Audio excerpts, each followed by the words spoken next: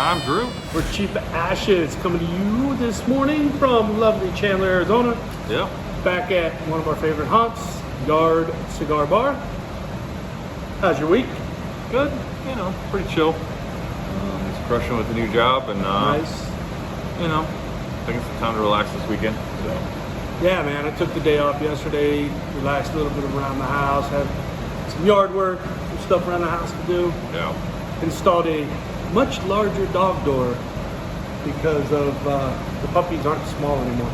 Right. I think they're probably 20 to 25 pounds each already. They're gonna be huge. Dude. They're adorable, but they're gonna be huge. Yeah. Anybody that has big dogs knows the one thing you just don't account for is two things you don't account for: food cost, Yeah. and then picking up after that food cost. Yeah. And then wondering how much of that food cost was wasted coming out the other end of it. Exactly. That's Yeah. It's going to be a literal shit show. Yeah. Well, you know, get bigger. the plants will be well fertilized, so.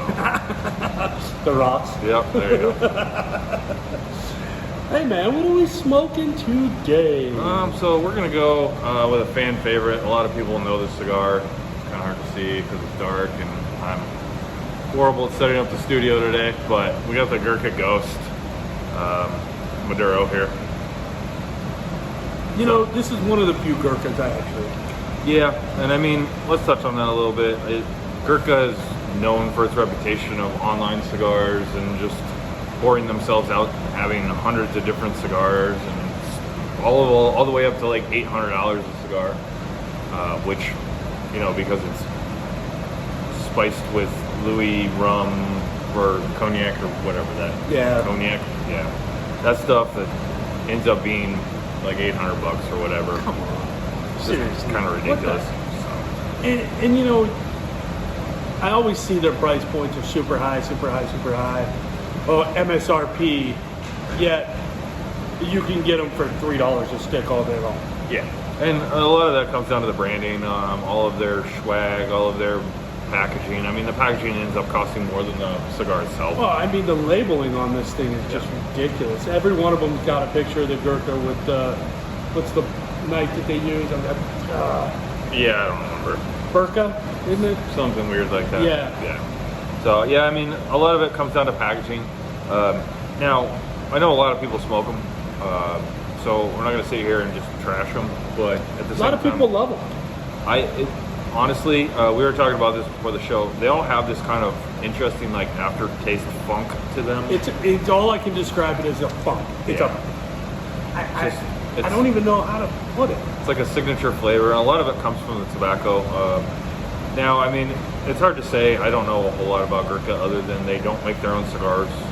They have other factories make their stuff for them, and they contract out, which totally fine with that. There's a lot of brands out there that do that.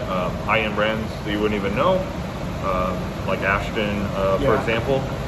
All of their stuff is made by different manufacturers. So we're not bashing on that. It's just more of the quality and the price that we're looking at here. So when you go to a retail shop and this is $9, $9.50 like that, and you go online and you buy it for $3, this is the big argument that's been going on for years and years and years. So that's really what it comes down to. Do you support your local brick and mortar to have your place to sit and smoke? I understand if you're out in the middle of nowhere, all you can do is order online. But what makes this one $9.50 in a shop versus $3 online? A lot of it has to do with shipping. A lot of it has to do with paying your employees. A lot of it has to do with the fact that the shop will pay $4.50 for the cigar, and the internet people are paying less than $2 a cigar because they're buying thousands upon thousands of them. And so that's really what it comes down to, your price. It's the same cigar. A lot of times what they'll do is they'll have seconds as well, which will be the ones that aren't perfect. There's some imperfection. Maybe the wrapper doesn't look as pretty. It didn't pass the draw test at 90%. It passed it at 75%. Right. So you might have a little bit more of an issue. But then they turn around, instead of just scrapping the tobacco, they turn around and sell them for $1.50 a stick instead of $4 a stick. Right. So, and it's just, again, basically when you look at internet stuff, the overhead probably isn't as important to them because they're selling at such volume. Yeah. The volume of stuff that they're pushing out, and it's sad that we at brick and mortars are paying more than they are because of just. And again, it just comes down to basic economics. You buy more, you get a better rate. Yeah. You know, this is guaranteed. The little guys can't afford to do that. We can't afford to have hundreds of boxes sitting on the shelves not moving because we won't be in business anymore. Right. And, you know, again, we go back to that argument. Do you buy at the brick and mortar or do you buy online? Right. Well, I mean, it comes down to the difference of a organization that has $2 to $3 million worth of inventory versus $100,000 worth of inventory. They have a bigger buying power, and that's just the reality of it. But again, what's to say you can't do both? Right. Which we both do. Yeah. You know, and I know a lot of guys that do both. You want your place to go sit and enjoy a cigar? Yeah. You better start buying from it. Yeah. And continue to buy from it. Because if we don't, places like this won't exist. Yeah. Which actually leads us into the next part here. I'm drinking some coffee here from a local spot in Gilbert, Arizona, downtown historical area of Gilbert, Arizona. These guys have some of the best coffee that I've ever had, to be completely honest. Their Mexican bean is off the hook. It's just absolutely delicious. This is their cold brew. I didn't get any of their espresso today, but I'm drinking just a hot coffee. He's got some hot coffee there. But we did a little research on these guys. I mean, they opened in 2009, opened their doors in a historical cottage downtown Gilbert. Super cool place. Cottage is like over 100 years old or something like that. So these guys are great. You can find them at the farmers markets. You can find them all over the place. Go into their shop. I mean, this was $4 for this coffee here. There's no excuse to go to Starbucks when you can get quality local. Well, at the same time. And, you know, I've bought ground. I've gone and bought a bag of beans, had them grind them up for me. The Mexican blend was, I think, $14.99 for a pound. Yeah. Which for boutique coffee is dirt cheap, man. Yeah. And I want to say, if I'm not mistaken, their little cottage is one of the last houses left in downtown, because that was all housing down there at one point. Yeah. And now if you go down, heck, we were in downtown Gilbert last night. It's nuts. Yeah. It is absolutely batshit crazy down there every single night of the week. Yeah, absolutely. And it's growing and growing. I honestly, I won't go there on a Friday or Saturday night. It's just too hectic. Yeah, it's just too much. Sometimes I won't go there on Sundays after 10 o'clock because you've been down there with all the brunch places and everybody getting ready for breakfast, and then switching over to after church dinner and everybody coming flooding in there, all those places, and it's just like you can't find a place to park. And you're looking at an hour wait at any restaurant. And don't get me, there's a ton of places to eat. Yeah. And everybody's $32 an hour. Yeah, it's crazy. It's nuts, man. But again, you like to see it. Yeah. Because there's not a lot of franchises down there. It's a lot of the local, like Postino started local. Yeah, oreganos, Oso's down there. You know, you there's got all kinds. The coffee house. There's a lot of tapas. I think that's the name of it. What's the name? Is it that? What was the line, babe? 35, 40 people long. It was past Joe's Real Barbecue. It was around that corner. Wow. For a taco shop. Yeah. Granted, there's nowhere to sit. It's street tacos, basically. Street tacos, man. Yeah. You're just taking it and eating it as you're going from one bar to another. Yep. You know, unfortunately, the Bayou Kitchen down there shut down. That was friends of mine. It was their place. Some stuff just didn't work out. Sucked because they had good food. Yeah. Nice place. Hopefully they can get back up on their feet. But it's just absolutely nuts down there. And you still have Champions. Yep. Which is good old Champions. If you want to people watch and see shit show after shit show, go to Champions on a Friday night. And drink really, really cheap beer. It wasn't all that cheap. We got a line. I'm not saying price-wise. I'm talking about quality-wise. So, speaking of beer, Beer. I am drinking Hops Are My Co-Pilot IPA. Tombstone in collaboration with Ground Control Brewing up in Litchfield Park. 2 local Arizona breweries doing some good stuff. This is a hazy IPA, 7.1%. Super good. Not sure I could drink more than one though. Yeah. It's just, it's, again with the hazy stuff, I'm not that big of a fan of it. It just sits like a rock when you drink it. And this one, it's not super hazy, but it's not clear by any stretch of the imagination. It's got like an orange hue to it. Yeah. It's got a citrus on the nose. It looks like orange juice. It looks like orange juice that didn't sat out too long. Yeah. And that starts to ferment. Yeah, And get that's that weird kind of funk what we're to it. looking at. Yep. Yeah. But gosh, Tombstone's been doing some cool stuff. They're obviously in Tombstone, Arizona. They've got their brewery down there. They've got another, I guess it's a tap room restaurant up here in Phoenix. Yeah. That's doing really well. I think on the Phoenix-Scottsdale border, I believe. I like what they're doing. They put out an anti-imperialistic stout instead of a Russian imperial stout No. to help support Ukraine, all that fun stuff. Those are some big boys. That I want to say they're 16 percenters. There's 4 different stouts that they barrel aged with different bourbons. Yeah. I've had one so far, and that thing kicked my rear. I think it was just like, woo, the big boy. They're doing some cool stuff, And again, we went to the farmer's market yesterday, and local. Yeah. Local. Yeah. It's every single vendor that we made a purchase from thanked us for supporting local. Yeah. And that's always good to see too. It's good to see people getting back to local. I know right now, I don't know if anybody around here, you see these ads on TV, and I want to say that it's like Hulu and some of the streaming services that have ads built into them. So I don't watch regular TV, but just watch the on-demand stuff.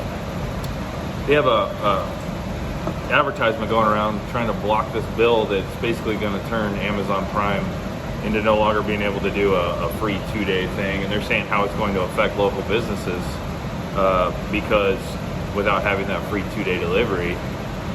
It's interesting when you raise that local versus, okay, well, they're utilizing a service from somebody like Amazon to better their business. Well, that's exactly it. They're giving their product to Amazon. Amazon's getting it out to the people in 2 days. Yep. And they're becoming a more known product, not just locally, but also nationally too, I guess it's that local gone big, Well, and the thing with that too, it brings it to the other side. When you're looking at supplies, so when materials, supplies, things like that, those small businesses may not have the opportunity to, drive down the street and pick up whatever they need. They may be ordering it in from somewhere else, and they may need it very, very quickly. Well, Amazon has that power, so it's a double-edged sword when it comes down to it when you're looking at local versus big, but it also just kind of depends on how it's being done as well. I don't know enough about Amazon to speak on their structure and their beliefs and all the different things about them, but at the same time, you look at how Walmart has been in the limelight for ever, basically, since they've been huge and closing out small businesses in towns and stuff. Yeah. And it's interesting to see how Amazon will kind of respond in the way that the world is going now. Well, it's kind of, I feel like the Postal Service is behind this because they're losing business. They just came out and said, first class packages and mail are going to take longer now. So blah, blah, blah. I want to speak on that. I ordered a t-shirt, which I'm wearing right now. It was shipped out on Thursday. I got it yesterday through USPS. It came from Georgia. I got it in 2 days. Just regular first class mail. So how does that, I ordered stuff from Dixon Flannel Company in Chandler, Arizona, which is where the ship's from. Yeah. And it's taken 2 weeks to get it to me. Yeah. And some of that has to do with, and that's the one thing that I can't stand about the Postal Service is the minute you print a label, it says it's shipped. Mm-hmm. It doesn't mean that it's just label created, nothing is gone. I could sit in a factory or in a warehouse for a week before anybody takes it to the Postal Service or the Postal Service comes to pick it up. Yeah. You know, so it's so random. So random. And it's crazy because I did a priority mail on some glasses for Laura. Taking 2 to 3 days, right? Yeah. Well, it took them 3 to 4 days just to ship it.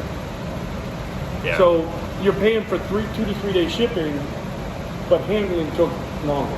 Correct. So instead of getting it in 2 to 3 days, you're getting it in 7. Yeah. But you're paying that expedited shipping cost, Yeah. which is bullshit. Which also, bringing it back around, affects cigars. So if you're ordering cigars 100%. online, who are they shipping it through? How fast is it getting there? Are they packaging it properly so that they can, you know, if it's going to take them 2 weeks to get to you, is it properly humidified? Or are you going to get them and they're going to be hard as a rock and dried out? I have not had a bad shipment yet, Yeah. which is okay. I mean, I know some guys have. We live in the driest climate. Probably us and Vegas are the 2 driest climates in the Yeah. country. Not an issue. You know, some do it better than others, Yeah. depending on the website. But, you know, we've talked about how I bought stuff offline. We've reviewed it here. Yeah. It's been fantastic. Yeah, and also to add on to that, I know that we're in Phoenix, so Phoenix is, you know, 5th largest city in the country, so there's a lot more infrastructure and a lot more stuff going on. So if you're out in the middle of nowhere and it takes you a few extra days, that's probably why. But we're just talking about general shipping as well, so it's kind of just to, you know, throw that out there so all of you out there and being like, well, you guys live, you know, there and it's coming in all the time. We get it. Yeah. We get it. It's like living in LA and saying, well, it took me 3 weeks. And it's like, but you live in LA, it should be, you know, whatever. It took me a month or, you know, whatever. So, I mean, it's just like, I get it. But, you know. Well, I ordered some shorts. You know, Dixon had a 420 sale, 42% off. I had to get some new shorts because got a little bulgy around the waistline here. Got them on 420 was what, Thursday? Wednesday. And they still haven't even processed through yet because it was such a huge sale. Yeah, but I mean, that has less to do with shipping and more to do with Manpower. overall processing orders through a factory. But those are things you have to consider when you're looking at shipping. Yeah. You know, you can't expect something to get to you in 3 or 4 days when it was one of the biggest sales they've ever had. Yeah. And they're pumping out. I wouldn't be surprised if they did $5 million on that day alone, just easy. in sales. Yeah, easy. You know, that it's just crazy, stupid. It's a great deal. 42%. I mean, hell, for quality clothes, people are going to spend the money on it. You know, Yep. and so yeah, it's just crazy. So, all right, man. Now that we've gotten off that little rant on shipping, Yeah. but But it does affect, you know, it cigars, affects stuff. drinks, coffee, whatever. I mean, if you're ordering anything from anywhere, it's going to affect it. So, And expect shipping costs to continue to rise as long as fuel prices are where they are. Yeah. You can't expect, you know, UPS, FedEx, Postal Service to continue to ship stuff dirt cheap yeah. if they're paying out the nose for fuel. Which, you know, eventually will make us raise our prices on the cheap ashes cigar to probably $12 We're already seeing the price increase. because those going. prices are going to keep going up. And yeah, we might do some online specials where, hey, we got these for $3, guys, go check them out, kind of thing. Right. But you know, moving forward, like cigars like this, which, you know, $9.50, Yeah. $10 are going to be $12 soon. Yeah. And we're already seeing it. You know, I've heard it from customers. Ooh, man, you guys raised prices. I'm like, well, Have to. we really haven't done it in a couple years. Yeah.